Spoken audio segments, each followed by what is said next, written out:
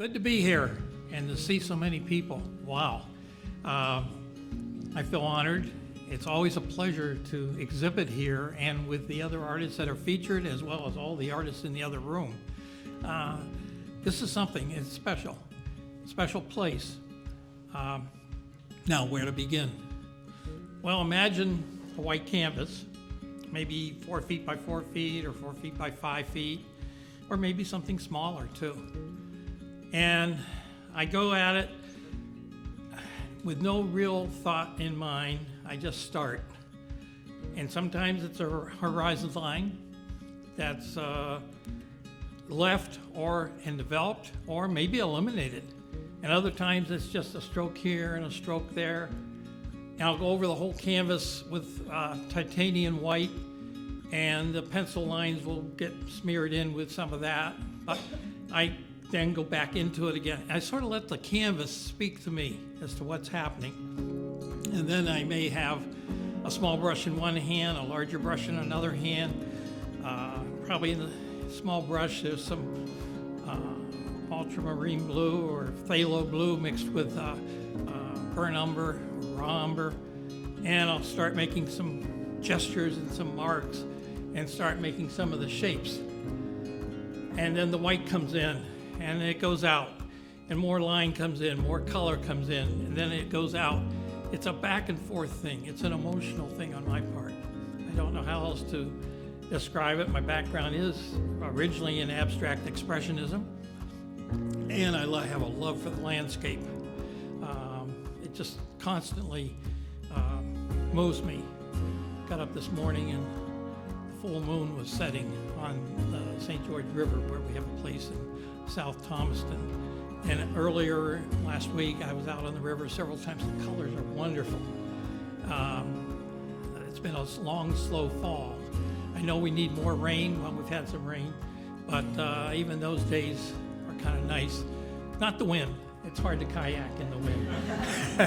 But so back to the painting. So I'm working it back and forth, and I work it a while, but I usually keep 2 or 3 going. So what you're seeing over here, the 2 big ones were going at the same time. And the 4 24 by 48s were all happening at the same time.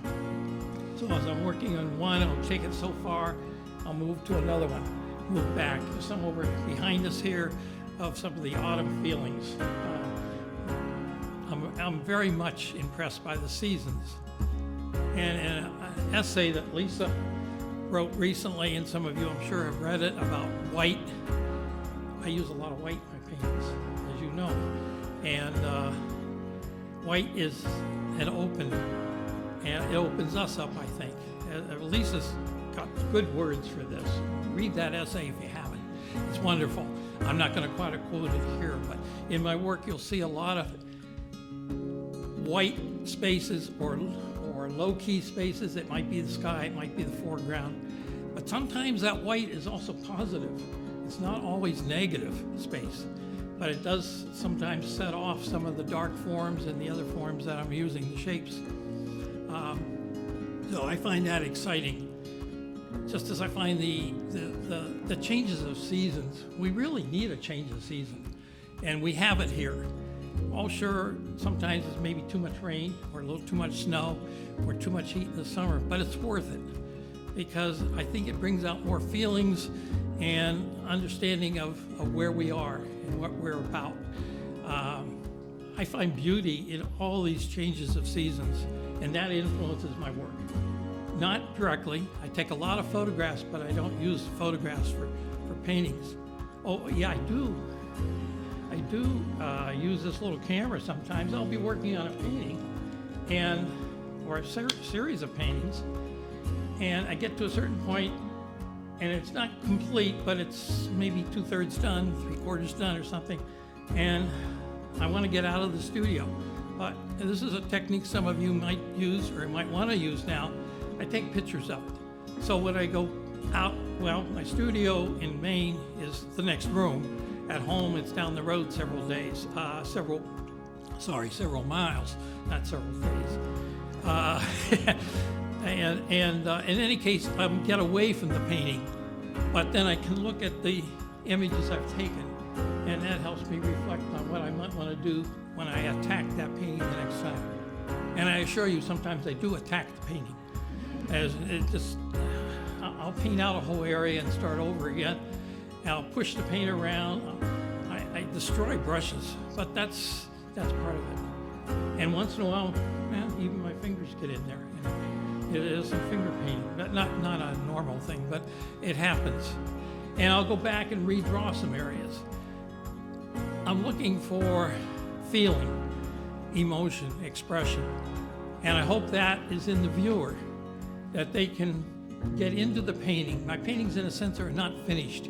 You're the ones, as a viewer, you're the ones who maybe purchased the work, that can get into the painting and let it be part of your life as much as it had been mine when I was doing it.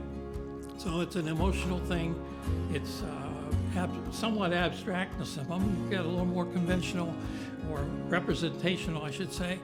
And you might identify trees or ponds or something. Once in a while I'll do Katahdin or Monhegan, so that's more definite. But these especially were done as a series. All the paintings of the show now were done this year, 2025. I'm starting some new ones, and in fact I brought in some today that aren't in the show, but I had my son, one of my boys, do a video as I was painting. Actually, we did about 2 or 3 sessions. I sent him on to Sean. I think he's putting it all together.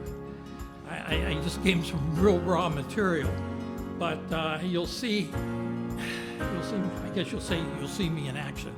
But how these paintings are beginning, and the finished painting, well, there's 3 of them, are here now, but they're not on the walls yet.